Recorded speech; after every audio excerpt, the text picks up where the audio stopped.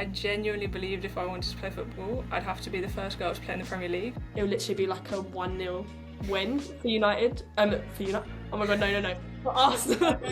I actually just saw that. Okay, cut that out. Let's cut that out. I used to turn up with like a tiny little notebook and I'd be like making notes on everything that was going on.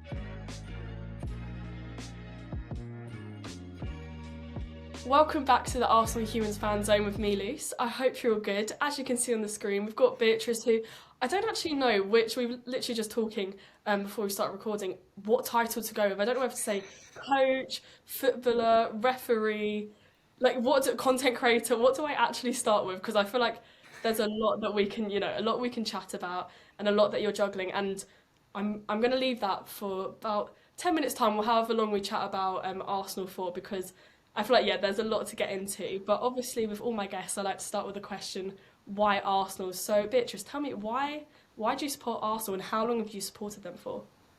So I've probably been supporting them for 13 years now, I reckon. But it all started, my mum is a huge Arsenal fan. She always has been. And before I was born, actually, my parents got in the queue for Arsenal season tickets. And it was 10 years before they got to the front of the queue and they finally got their season tickets.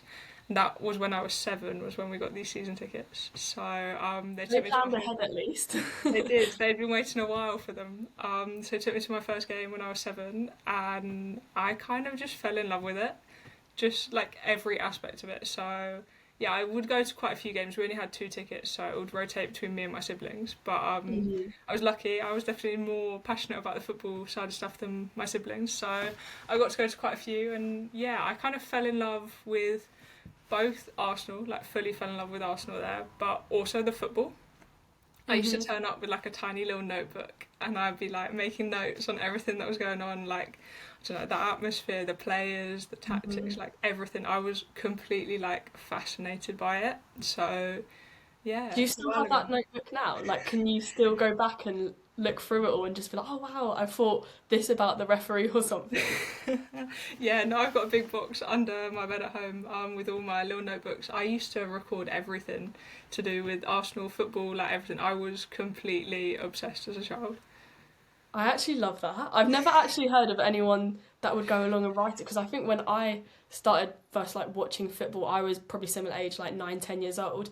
But I'd sort of just go and be like, wow, this is so cool. Whereas you're already with the mindset of, okay, maybe coaching or just taking it all in. And I don't know, that's a really nice way to express yourself. It's a nice way of saying it. I think I was just a bit of a weird child. I was just obsessed with everything. No, I think we see the positive of it. Like, I think that's actually really cool that you already had that mindset, like, little nerd just sat there with your little notebook. But yeah, so from that, you obviously mentioned like the earliest games. Can you remember any of the games you went to? Like, did any stick out? Like men's, women's, any that stand out in your head? Yeah, so obviously our season ticket was for men's football at the Emirates, but I don't remember my first game, sadly, but I've got a couple that really stick out to me. The first one's probably Arsenal against Leicester in the, was it 15-16 season when Leicester won the league? Yeah. I can't remember the exact. Yeah. I went to that one at the Emirates and Arsenal won 2-1 with a really late goal scored by Danny Welbeck, I think, right in front of us where we were sat. And there was something like, that moment like really sticks out to me because after the full-time whistle, because it was such a late goal, like the whole stadium stayed behind and everyone was like singing Arsenal songs and stuff, and like I don't know, even now like I'm getting goosebumps thinking about it, like something like so magical about like 60,000 people or whatever there for like one thing. So that definitely sticks out to me as a big moment. Like that was a cool game to be at. It's actually so cool how, obviously, I mean, earlier years, like if anyone asked me to remember something when I was 7, I'd probably not be able to actually give you details. But the fact that with football, maybe it is because of your note taking, but you almost just memorise certain moments. And like that's actually just so cool how you can, I don't know, go back and like get the goosebumps and the feels from it. I feel like recently as well, this is sort of going off, but saw you posted a reel about the FA Cup, obviously the Women's FA Cup, and that was your first game. I don't know if it would have been an Arsenal like final, but that was obviously your first game for the women, so that's actually quite a cool game to go to. Like, can you remember details from that as well? Yeah, that one I definitely remember more of. That was my first time at Wembley and my first time watching a women's game. So that was Arsenal against Chelsea in the FA Cup, and it was really cool. Me, my brother, and my mum went to that one, and it was an awesome day. I think it's special going to Wembley anytime, but like first time definitely sticks out for me. And then obviously Arsenal won that game, which was pretty cool. But yeah, getting for the first time to see the women play was quite like a big thing. Like growing up, obviously when I started going to the games in, I think it would have been roughly 2013, 2013-14 season. Up from then up to like 2016, I didn't really know women's football existed. And off the back of going to watch Arsenal at the Emirates, I became obsessed with playing and completely fell in love with that side of the game. But there weren't any other girls playing in the playground, and there wasn't anything on TV. Like I didn't really know that the women's game existed. And I've said this a few times in other places, but it's mad to think now. But when I was that age, I genuinely believed if I wanted to play football, I'd have to be the first girl to play in the Premier League, because that's the only thing I saw. Like I didn't see the women's game, that didn't exist to me.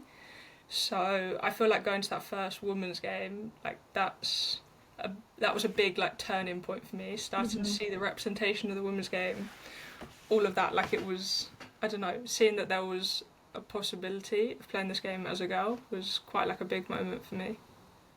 When you said that, that actually just gave me goosebumps because I was like, I've never thought that myself. I just thought, oh, maybe we just don't necessarily play it there, or maybe there's another place that we play it. Obviously, I was like lucky enough from I think about 2013, 2014 that I used to go and see Arsenal women, so I knew they played, but obviously it wasn't on TV like you said, and it wasn't the same. It wasn't shown the same way that the men's was. So that's actually really interesting that you then thought, okay, well, I'm gonna have to make history and become the only woman. Like that would actually just that is crazy, but it's actually quite a logical way of thinking at that age if that's all you were sort of able to be exposed to because there weren't too many other teams, I guess. So yeah, that actually does make a lot of sense deep down. But then if you were then starting to play football yourself, what made you think, okay, like you're going to these games and even though you think you might not necessarily be able to make it professionally, why did you then start to play football? Like I'm sort of going into another section of this pod, sort of more of your playing career, but it's sort of, yeah, I guess I've got the question now of like, how did you then start to play it or why I did you? mean, I was obsessed with football. I think from around the time that I started going to the Emirates for the first time, like I was obsessed with it, playing in the school playground, playing in the garden, all of that. I was actually really lucky that there was a teacher at school when I was maybe 6 or 7. I used to get dropped off early for the breakfast club or the before school club for Oh my parents yeah. went to work. And it was run by this one teacher, and I don't know why. I'd love to ask him why, but he every single morning I'd get in and he'd set me a football challenge without fail, like every single morning. Like I said, Is it no just idea. to you? Yeah, just to me, and I have no idea why he did that, but maybe I was shown an interest in it, I'm not sure, but he definitely like lit that spark for me for the playing side of things. And then when you pair that with we started going to the Emirates and everything, like it Hmm. definitely grew. And although, like I was saying, I didn't see the women's side of it, I loved playing so much that, like, if you told me the only way to play it would be to make it in the Premier League, like, that's what I was doing. Yeah. Like, I just love playing, but yeah, I don't know. No, it makes sense, and I think it's so important that we've all sort of got that like P teacher or someone we can remember. Like I remember like my year six P teacher telling me, "Oh, do you want to be in the boys team or do you want to create your own girls team?" Like those sort of. And I think you need to have those people Mm. and those figures there to be like, this is a possibility as well, even if it's maybe not exactly how you pictured it. I think that's so important. Yeah, so I just wanted to go off the topic a little bit just No, I to love it. ask about that. But bringing it obviously back to Arsenal, with you've mentioned like some of your favourite moments and favourite games. Are there any? If we look at your favourite games overall, like I know obviously you're big, especially on the women's side. Any recent games that pop out that you're like, yeah, that was a big moment. Any favourite players that come to your mind as well? Yeah, if we're talking like recent moments, we can't not talk about the Champions League final. I mean, that's what I was sort of leading to, but I was like, I'm gonna let you go anywhere you Yeah, want with that we question. can't not bring that one up. I watched the Champions League final at the Emirates. I went Hmm. with a couple of friends, which was really nice, like a really nice atmosphere to be surrounded by Arsenal fans to watch it, and mad. The whole game was mental, and Honestly. I don't know. I wish I was in Lisbon now. Like, can you imagine? But yeah, I think that's got to be like one of it's got to be up there with one of my all-time favourite Arsenal moments now, like, insane, to beat Barcelona the way we did, like, crazy. But in terms of players, current players, I love Leah Williamson. As a centre-back myself, I love her style of defending. I kind of fell in love with her defensive style in the 2022 Euros. The way she, like, defends without ever having to make a tackle. I think she's such, like, a clever defender, and because she doesn't have to make the big, like, tackles that maybe you see from some other defenders, I feel like she's a bit underrated because of it. So yeah, if I could play half as good as her, I'd be happy. But when we, like, flip back to when I was younger with my little notebook at the Emirates, the couple of players that I definitely, like, that stuck out to me and I'd watch quite closely, Mesut Ozil for a bit. His, like, ball knowledge and football IQ I found really interesting, like his tactics, like how he'd, like, pull out, play the pass, that type of stuff. Even some of the techniques from some of his passes were insane, so he was one that stuck out to me. And then the other one, when I got a bit older and I dropped into centre-back, I started to watch Laurent Koscielny a lot. Again, I'd say his defensive style is quite similar to Leah Williamson, maybe a bit more aggressive. But yeah, I guess I have always watched football and kind of modelled my game off a player, especially when I was younger. So those are probably the three names that stick out to me the most. Yeah, no, definitely. It's interesting as well, like you mentioning, like, obviously Ozil, like Nemo, like everyone used to say, and definitely I used to remember playing with him on FIFA, and he had that technique even on the video game, obviously, so let alone you seeing it up and close in person. And even with Leah Williamson, I think it's so true what you say about, like, I know that she's a well-known name and a lot of people say they like her and everything, but I think when you focus on her ability, that can go a little bit underrated in moments, because depending on who she's playing with, it can work really well. The fact that she's quite an attacking player, like an attacking centre-back in a way. I know that, like, if we look back to that 22 Euros with Millie Bright, it would usually be Millie Bright sort of sitting back and then Leah would sort of up, so then it was that partnership. So it's quite cool if you could model your play based off that. Because yeah, hopefully in the future, you never know. You honestly never know. It could be chatting to the Arsenal Humans, but it's actually like because you are an Arsenal player, so you never know where this could go. But yeah, going back to the Champions League final, that is sort of when I was saying the question. I was like, I feel like you might say this, and I'm hoping you do, because honestly, any excuse to talk about it, I feel like I talk about it all the time. I don't know if you've seen the recent documentary, Only in the Land. Have you watched that? I've not sat down to watch it yet, but it looks good. I'm excited for it. I binged it like on a coach journey the other day from my friends, and I was just like, right, okay, I've got a few hours, what should I do? And I was like, right, let me watch this, and it just brought it all back, so definitely watch it, because like you, I was at the Emirates. I don't know if we would have seen each other. I feel like there was actually so many people there. Yeah, there were more than I thought there would be. I kind of thought, okay, we'll just sit down, like there'll be a few people, but the fact there were that many people there, then you think there were that many people in different pubs, and also that many people in Lisbon. It did make me a little bit jealous. I got a little bit of FOMO, like you were saying, because I was like, kind of wish I was out there, but just, I don't think anyone really saw it coming with all the changes that happened this year. I mean, well, last year, obviously, Jonas Eidevall going out, then Slager stepping up, and then I feel like the WSL form did, but then Champions League form somehow did it. Like, it was just, I don't think anyone could have seen it coming, and the people that already had, like, manifested it or had already got their tickets, hats off to them, because I don't know if you were the same, but I just didn't really see that ever happen. I remember before the game, I was with a group of friends, we were all watching it together at the Emirates, and we were all like score predictions, and we were all kind of like, really hope Arsenal do it, but they're probably not going to. And it's mad, like they did it.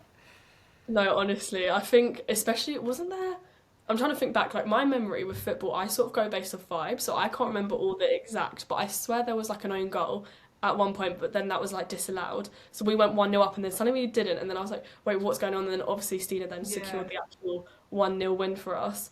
But it was just so confusing for the emotions, but so nice to see. And I feel like we've got quite similar mindsets when it comes to this, but for me, not only was I thinking, oh my gosh, my team's just won the best competition you can as a club in the world, but I was thinking, oh my god, look at how many people are watching this. Look at all these young girls that you could see at the Emirates and you could see on TV, looking at these women playing and thinking that can be me. And I know you're very vocal online about it, so did that sort of resonate with you, thinking, okay, this is more than just a game, this is actually a very historical moment, and hopefully going to start something even better. Yeah, 100%. I think every moment like that, every chance we get to show the women's game on TV, it's a chance to introduce a young girl to the women's game so they don't grow up like me thinking they're going to have to play in the Premier League. Like, it's all so important to show the game. Like you said, it was awesome to see so many people at the Emirates supporting the women's team, out in Lisbon, at all the different pubs, even at home. Like, I feel like that was a big moment for both Arsenal but also women's football. Like, I think for English women's football, I think that's huge. Honestly, massive. And I think even now, the fact that we're still talking about it, and I feel like we will still be talking about it until hopefully it happens again soon, or to another club it happens to, and more people hear about women's football and really on board with it. And I think it's so important to see them performing at that stage, the elite level, doing it. But it's also important to see how it's filtered down into different tiers, because I mean, this is another thing. I feel like we might as well talk about your content creation, because I feel like I'm just brainstorming based off your post that you do. But it is so true that it doesn't matter necessarily if it's happening at the top. If it's not happening in the tier 7, tier 8, then tier 1 kind of, it's not doing what it's meant to be doing. You're meant to be having it so that laws are changed, and then more people, more young girls can see that, oh, okay, football's an option, whether that's playing at school, playing even just for fun, because I feel like there's a lot of my male friends would just play Sunday league just for fun, whereas for women it's sort of like you either make it a career or you just drop out, and it's quite a sad reality. But I think, yeah, just sort of going based off all of what I've just said, and looking at your content creation like journey, is that what sort of has propelled you to want to do that, or did you get into content creation through a different way? I started my content to try and like make the change that I wanted to see. I don't think there is enough representation of women's football generally, but especially when you look online, if you were to search on TikTok or Instagram, the number of like male football player content creators that like create content of their own football experiences, careers, whatever, so many. That's such an oversaturated area of social media. Whereas women's football, in terms of like players who like create content as well as playing, I think, I don't know, maybe there's like 10 of us. Like, I think it's something like there's not enough representation of all aspects of the women's game, and it's something, like I spoke about, I struggled with the lack of representation growing up. I found it really lonely because I didn't see enough of women's football. But now I've like found this space, and I think it's an incredible space to be a part of. I want to try and help inspire more girls to get involved, but also increase the representation for them, because, like I've said, it's something I struggled with. So that's kind of where it all began, and every post that I make has kind of got that aim behind it. Like, I feel like there's a bigger purpose to posting. Like, it's not just posting for the likes, whatever. Like, I'm posting because I want to inspire more girls. I want to be the person I wish I had growing up. Honestly, I think everything you're saying, you can tell, like the minute you click on your Instagram, your TikTok, or whatever platform it is, you can automatically tell why you're doing it. And even, obviously you said it's not about the likes. Recently, one of your videos got 1 million views, which I was like, that's insane.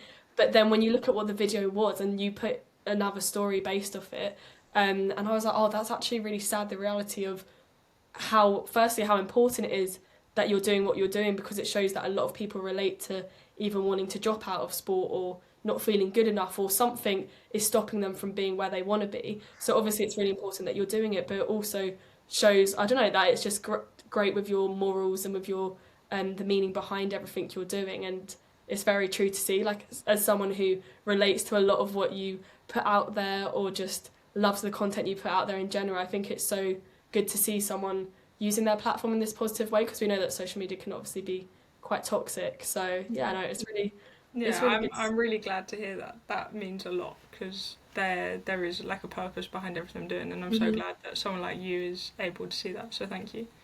No, definitely. I mean, for me, I feel like it's quite obvious to see that shining through, with whether it's the little quotes that you put out or the actual unfiltered. I feel like it's so unfiltered. Like, you actually get to see behind the scenes. For someone who, like, I've never played in the level of football that you're playing at right now. So it's quite cool to see, okay, like, this is what happens behind the scenes, because I feel like we only ever see maybe in a documentary like the Arsenal one, where you're at the elite level, where you're playing as your career. That is your job. You're not having to do anything on the side of it. That is your purpose in life. So I think it's interesting to see the journey to get to that point eventually, if that's the end goal, or maybe the end goal might be something different. But it's just really good to see, I guess, surrounding it.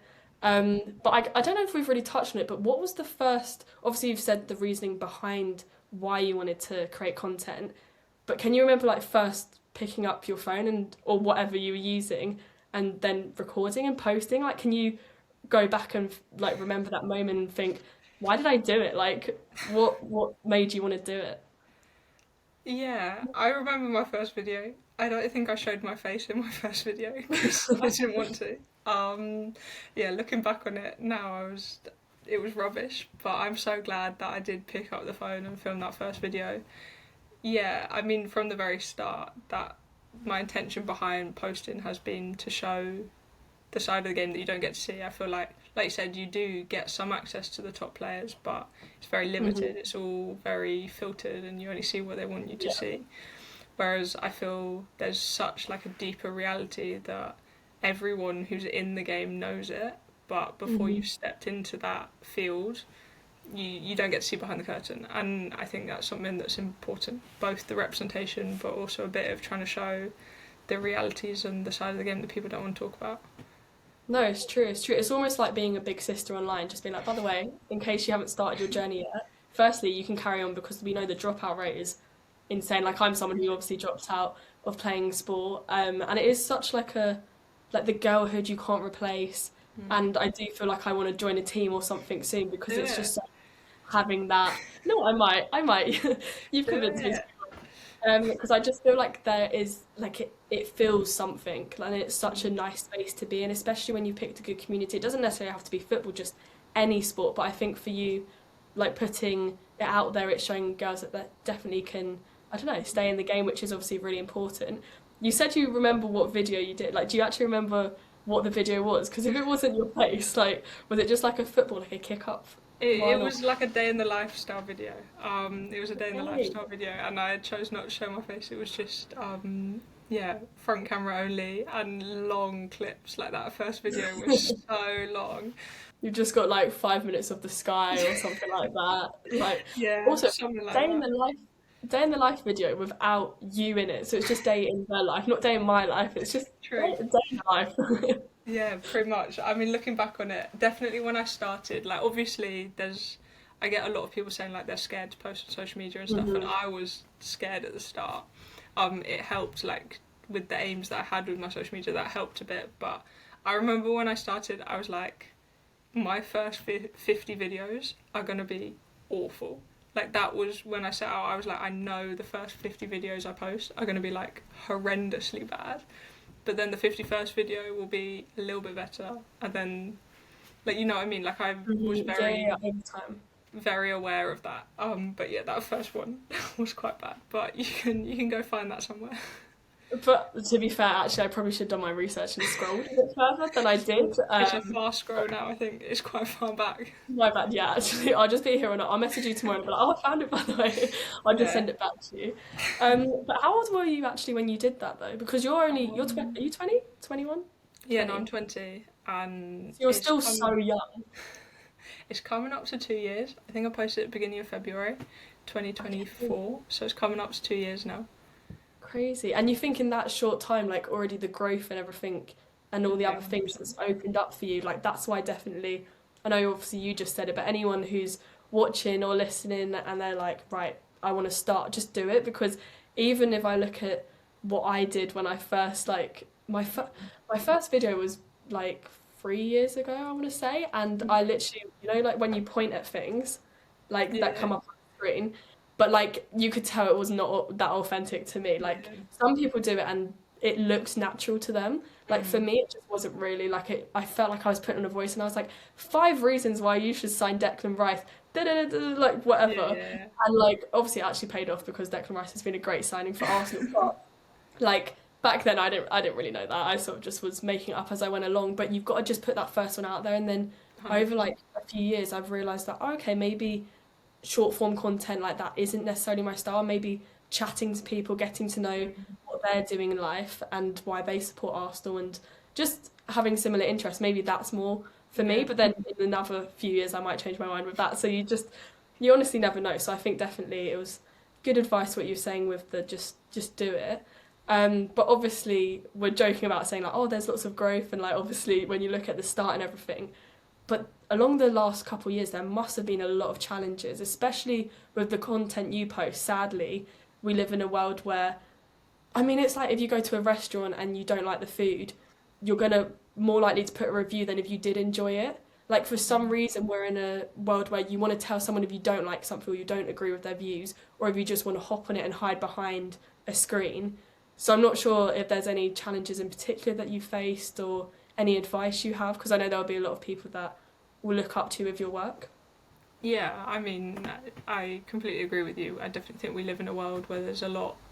Yeah, you jump on to hate on someone Mhm. not always as quickly if you like what they're doing. But yeah, I've received my fair amount of hate comments.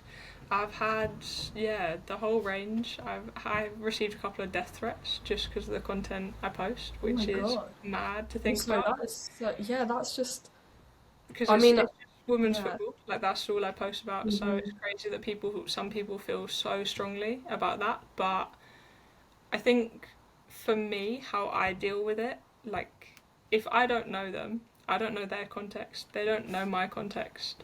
I'm not going to Mhm. take what they say personally because they don't know me. So like I'm not going to take advice from them. So I'm not going to take their criticism either. So that I find quite easy to do.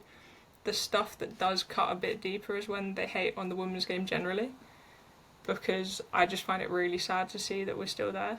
Because Mhm. I was that little girl who I used to get nasty comments from people in my year, teachers, whatever, for being a girl that liked football. And I find that harder to deal with because I'm like, we're still here. I'm working so hard to to move, I guess, society beyond that. Like I'm trying to do my bit, and I find it hard to see that. I don't know. We're not as far forward as I'd like to think. Mhm.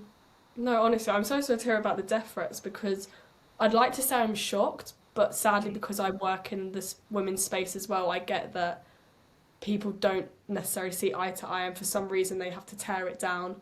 I mean, if we go back to that interview that Leah Williamson did a few years ago, I want to say, and it was so true how she worded it of, I don't necessarily enjoy fencing, or I don't go out my way to watch Yeah. it, but I don't go out my way to say anything bad about it. Yeah. And I was like, that's so true because it's just so unnecessary. So I'm not shocked, but I'm a bit like, that did take me back a bit that people go to those extreme lengths to get Mm. across their views to someone who they can see has very pure intentions and is just doing what is passionate to them and what they love doing. So it just, yeah, people, when they're hiding behind screens, it is so frustrating. And obviously, because that is one of your chosen roles that you have in life right now, like going into content, it means that you're on that platform that can sadly get really toxic. But I'd like to think that the following you've created seem encouraging and are aligned with you, hopefully. I don't know if you've Yeah, I noticed. mean, obviously we've mentioned the negative comments, but I Mhm. received so many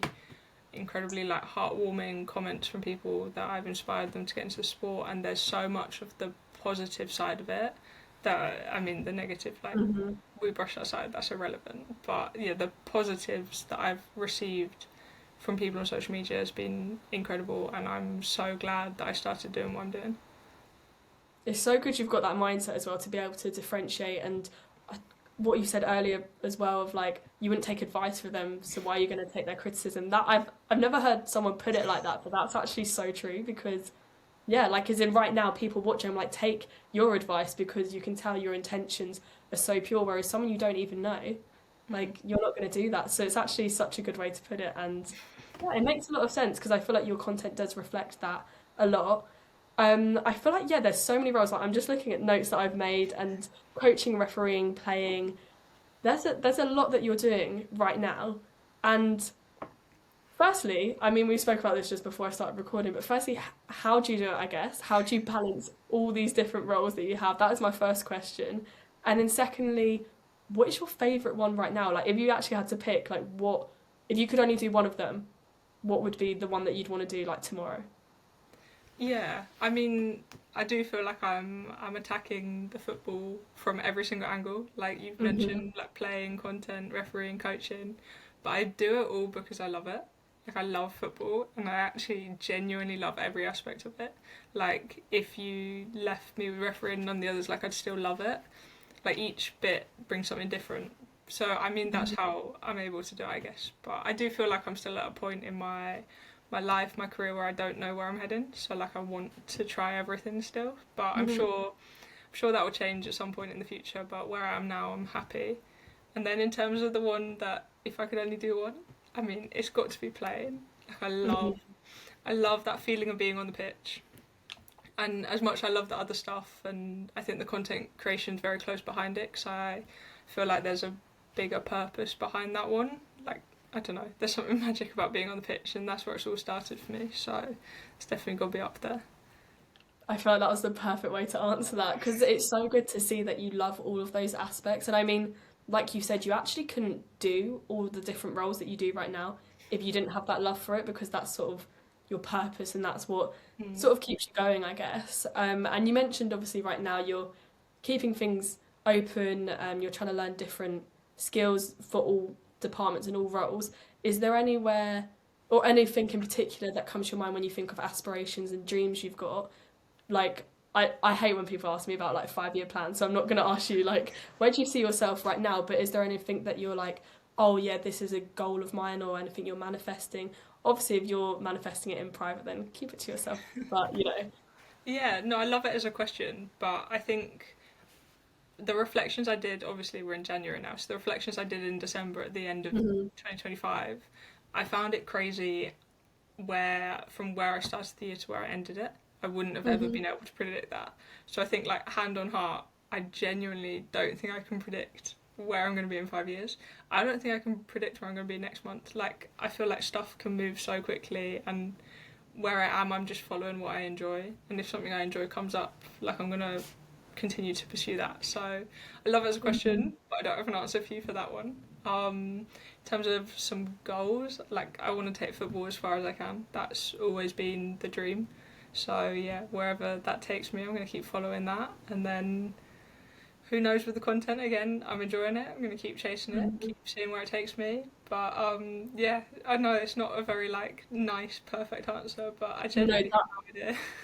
that is literally, that's why I didn't want to word it as like a 5-year plan because that is literally exactly how I answer it. Like even at work, people are like, oh, so where do you see yourself next year? And I'm like, next year? I don't know what I'm doing next month. Like we can't plan that far ahead. And I think especially when you're doing lots of different things, you don't want to just tunnel vision into just one. So Yeah. it's actually quite nice that you've got that mindset. I feel like we're very similar with it and just keeping things open and just seeing where it goes. But I really hope with the football, like you can tell I think anyone who's just seen a few of your videos, let alone like been following for however long, like you can tell you've got that drive with it and you can tell that all the training sessions you do, all the videos, as much as yes, it's putting out a good message, you yourself are working on yourself constantly in terms of football and it's just really good to see. So I'm hoping, wish you all the luck with that. Thank you. Yeah, I really hope that all goes well for you. And obviously with I haven't actually mentioned it yet, I just realised, but with Under Armour, you're obviously an athlete for them. Talk me through that a bit actually, because how do you become a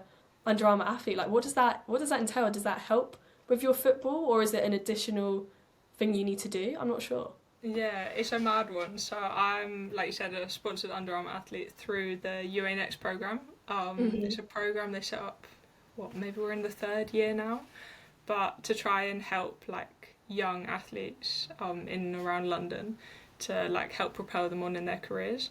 So yeah, I went down to London. They've got a testing centre. You go down and you complete some 6 fitness tests, I think, and then you get a score that's on the leaderboard. And then every 3 or 4 months they pick the top 10. So the top 10 on that leaderboard, they take you to stage 2, which when I was doing it, they flew us out to Amsterdam.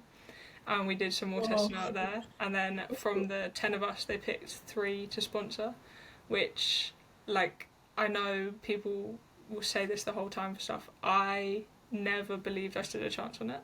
Like, I gave it everything, but when I went down and did that first test, I was like, I'm just doing this for a good experience, see where my fitness level is. Like, didn't believe it. When I got the WhatsApp message to say I made it to the next stage, they were like, can you send a copy of your passport or whatever for whatever. I thought it was like some sort of scam. I thought they were just trying to get my passport. Look. So I phoned up the testing centre. I was like, "This isn't real, is it?" And they were like, "Yeah, it is." That's how much I just didn't believe that I was capable of doing that. So, I mean, they're still running the program. It's open to 16 to 20-year-olds, and Mhm. if you are within that category, like, you've got to go do it. I think that the biggest thing that's taught me, like, obviously it's a program that's helped me a lot, but it's taught me just to, like, take the risk because I didn't think I stood a chance. But yeah, with the program, we get loads of support both with equipment and kit for football and everything. Mhm. But training, they're partnered with FSCR in London, which is like a football gym thing. So we get loads of training, like physios, strength and conditioning, like nutritionists, sleep therapists. Like they helped with every aspect of the game. But they also like social media. They helped propel me on a bit with my social media, give me guidance and stuff, which was Mhm. huge. And the community aspect of it. I think joining the UNX program, like you're surrounded by so many like-minded athletes in different sports, but you're all chasing the same goals, and you're all kind of struggling. You're all in the same place where you're like trying so hard, but obviously you're not where you want to be yet. So I found that community aspect of it. It was huge for me, and I think the confidence I gained off the back of a big brand like Under Armour sponsoring me, like the confidence I got from that within myself. Mhm. I mean, like so grateful for it. So grateful for everything they've done for me. I was going to say there's something so sweet and humble about you not believing in yourself, but then also thinking, actually, hold on, you need to believe in yourself. And I'm so Mm. happy that you said it's giving you that confidence because they wouldn't just give it to anyone that they think, they'd give it to someone who deserves it. And obviously, you deserve it. So I'm happy that it's sort of helping you with your next steps. And it sounds honestly so cool. Like, definitely, if you're 16 to 20 years old, listening to this, definitely like try and apply it because I feel like it's so nice being able to have that support not only on the pitch but also off the pitch, and you sort of Yeah. covered a few different roles, like not only equipment as well, but like it feels like they're helping in a lot of different aspects. So Yeah, 100%. that's actually so good, especially for someone like you who works in a lot of different aspects. It's like they're able to help with all of that. So I guess Mm. that's another reason why maybe you're able to get through what you're doing, not only for the love, but because you do have a good support network around you. For sure. So yeah, that's really good to hear. Um, Talking about obviously moving, like playing in the level you do now, and then hopefully in the future going back to the elite level, hopefully. Let's talk just about Arsenal Women's because I'm just conscious on time. We'll just talk about Hmm. Arsenal Women this season, just sort of like a summary. I know we've mentioned last season the Champions League win, which we're gonna talk about as much as we can. I'm literally do a shot every time I say it at Uh-huh. this point, but this season it's been a little bit different. Like I want to hear your perspective because it started not quite where we thought it would, but right Mm. now I don't think we're in too bad of a position. So is there any sort of general thoughts you have on this season as a whole? Yeah, I feel like it's not been our best season by any means. I think we've definitely struggled. We've picked up more draws than I would like, and it Hmm. definitely feels like we're struggling to put the ball in the back of the net, which might be why we're not winning as many games. But yeah, like you said, ultimately we're not doing too badly. I just think maybe off the back of Champions League and high expectations and everything, we're maybe the girls aren't hitting where people would like them to be. But Hmm. ultimately, they're not doing too bad. It's just a few shaky results. That's the thing. I feel like the Champions League sort of put a bit of pressure on the Yeah. squad's shoulders because not only did it mean we get loads of new players in because we now had the money to, and also we were more attractive as a club, I guess, because you've got this big bit of silverware and hopefully pushing for more this season, next season, season after that. It's sort of like we want more players to come to us, we want to strengthen it, but we are still in all competitions that we could be in, which is Yeah. really good for us. We're third in the WSL. We're actually drawing with Spurs, which I can't really get my head around because that just, as an Arsenal fan, that just doesn't feel right. Um, but yeah, like being third in the WSL, like, do you think there's a chance that we could win it, or do you think it's going to be City's chance, or maybe even Chelsea again, and maybe we should direct our focus?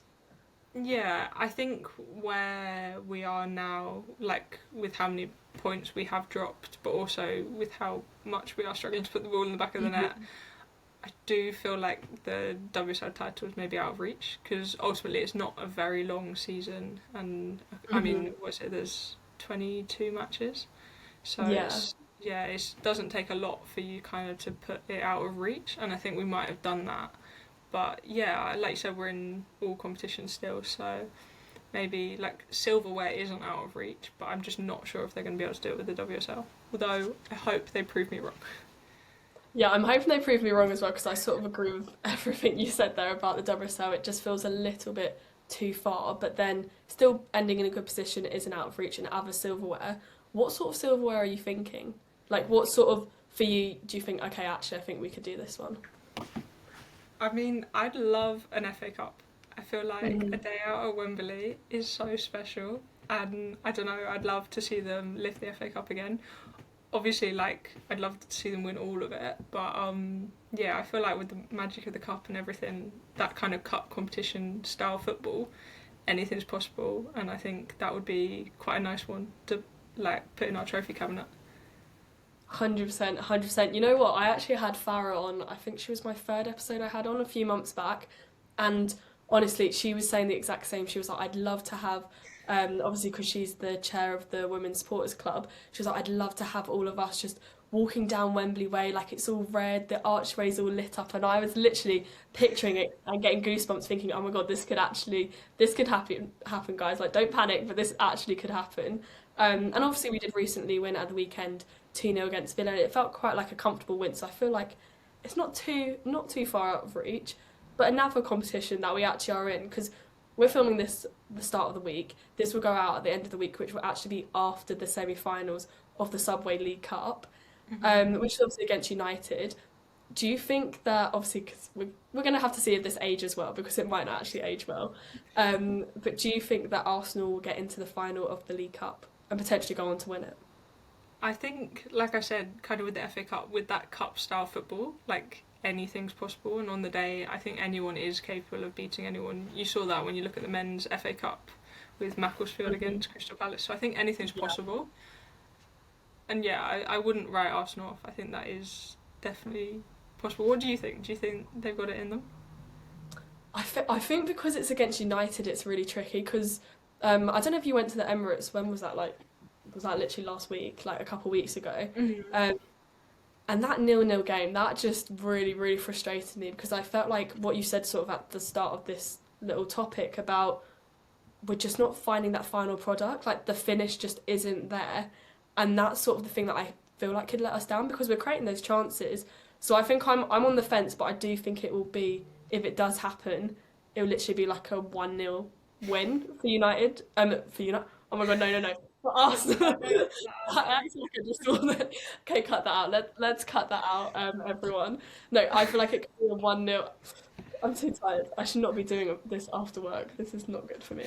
Um, Anyways, what I was saying actually is that I think it will be like a cheeky 1-0, 2-0 win to Arsenal. Just making that a little Good bit clearer. clarification. Thank you so much. Thought I was going to get cancelled for that. So I'm really hoping I don't actually manifest it with the first one. So yeah, I feel like I'm going to say, you know what, let's go safe. 1-0 to Arsenal. A classic 1-0 to Arsenal. Do you have a prediction in mind or? I do feel like it's going to be a close one. So it's either going to be like a 1-0 win, or can this go to penalties? Presumably. Yeah, I'm assuming actually because it's an evening. I'm assuming extra time and then penalties. So I feel like it could very possibly be like a penalties type of situation. So I don't know. I feel like it's going to be a close game. Yeah, no, definitely. Either way, either way. As long as Arsenal win, just making that very clear. As long as Arsenal win, then we're all good.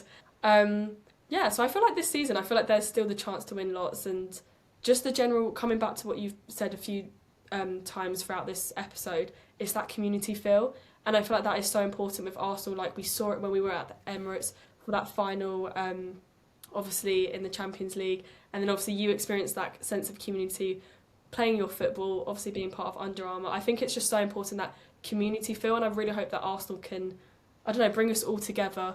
And it's looking that way, I think, for the men as well. It's looking that way for the women. Hopefully we can get some silverware as well. So yeah, I'm quite optimistic like you.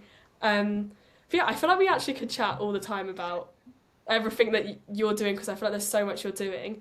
But just because of timing and everything, I feel like I've come up with this game. Honestly, I don't know if it's kind of quite a short game, to be fair, but I wanted to merge your love for creating content with Arsenal women in particular. So it's a game called Who Said This?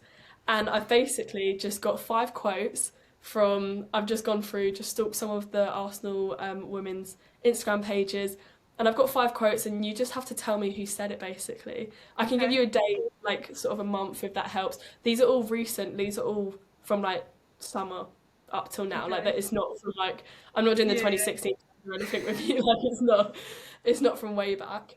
Okay, we'll start off with one which hopefully is slightly easier just to ease into it. Not to put pressure on you though. Okay, so the first quote is "Welcome to the family, Peggy McFord." Who said that? No, I feel like I'm gonna be really bad at this. You know what? I should have said it was easier. I actually have no idea. Like it would be a complete guess. Like I'm happy to guess, but it would be a complete guess. Well, cause basically this is a really recent one. This is literally January. Like this was last week. So if you don't follow them, you might not have seen it. But it was Caitlin Ford and Katie McKay because they've got a new little dog called Peggy. So welcome to the family, Peggy McFord. That is the first one. It's fine. It's fine. I feel like you're very competitive. This is gonna be an absolute car crash. You're gonna pull it back. You're gonna pull it back. All of these actually, you know what? All of these. Now I'm looking at. I'm like, oh, well, I know, but I've got the answers. So, yeah. Good luck. Okay. So the second one is "We Back, No Place Like Home." This was by someone in September 2025. So the start of this season. "We Back, No Place Like Home." Oh man. So I guess a new signing, debut, but then they're back. Because when you originally said that, my guess would have been someone that's been there a while, like No Place Like Home, like they've been there a while, would have been my guess. But now you said that, someone who's come back. I mean, is it Chloe Kelly because she signed like a proper contract? Mm-hmm. Okay. Yes, you redeem yourself real good. Yeah, no, it's Chloe Kelly. Because that's why I picked her because I was like, okay, it actually could be quite generic, but also I feel like she's one of the only players that sort of came through the academy and then went off and came back. That's true. Yeah. So, okay, we're getting the hang of this. I really didn't know if this was going to work, so I'm actually kind of happy that we're getting the vibe. Okay, the third quote is so generic now I think about it. "Happy to have some friends on the pitch." It's so generic. Oh wow. I might as well have said that to you. Yeah, it's actually you. So It's from happy to have some friends on the pitch. When was it said? December 2025, if that helps you. It's the 4th of December if you want specifics. I don't think that helps. I'd say at this point just guess. I mean, like my guess, like Beth Mead. Ooh, no. It's actually Leah Williamson. But genuinely, it could have been any of them. I just thought it was kind of sweet because I think this is when obviously she was coming back to playing. I'm giving context as if I know why she wrote that quote, but I guess obviously she was coming back to the game. Okay, there's 5 of them, so we're on the 4th one now. Okay, this one is a little bit more specific than that previous one because that was actually rude from me. Okay, so the 4th quote is "Couldn't have asked for a better debut. Appreciate the Gooners for showing up." And that was September 2025. Okay. Couldn't have asked for a better debut. Appreciate the Gooners for showing up. I immediately want to say Olivia Smith. Bam! Yeah, perfect. There we go. 2 out of 4. I felt like when I was thinking in my head, I was like, what are some standout moments that I feel like you write about on your Instagram? And I mean, performing at the Emirates, you'd write anyways, let alone scoring probably one of the goals of the season, you know. She was going to have to do a post about it. And the final one, just to round up the episode, a common theme we've said throughout the whole thing, champions of Europe. Who said that? Anyone could have said that. No, that's literally the answer. I know. All of them. I literally put, in brackets, I just put pretty much everyone because I was going through and I was like, everyone's written this, so I'm sorry to add a trick question in there. But yeah. No, I like that. That was good. I was not great but that was good. That was my little game. I was actually going to do like a red card, yellow card situation, and then I was like, this is going to look like I'm copying your content because I saw recently you did that, and I was like, no, we're changing it to quotes. Okay, I'm happy that sort of worked. I was a bit rude with a few of them, like that was actually shocking for me. But yeah, I guess that actually brings us quite nicely to the end of the episode. I hope your knowledge of, I don't know, Arsenal women's captions is amazing now. Anyone watching, because mine certainly isn't, because that was confusing. But yeah, obviously I've mentioned a lot about your content creation. You've told us all about your journey, and if there's anyone watching who doesn't know what you do, or doesn't follow you for whatever stupid reason, then do you wanna plug your socials? I'll put them in the Yeah, description. you can find me anywhere, like across all platforms, at Beatrice Rogers _. Perfect. Well, thank you so much for joining me today. I really appreciate it. And I hope anyone watching or listening, however you access this podcast, has enjoyed it. And if you want to carry on this journey where I can get more great guests like Beatrice on, then that would be amazing. But yeah, I'll have an episode just me out on Tuesday, and then another great guest out in a couple Fridays' time. So thank you for joining me. And yeah, I'll see you soon.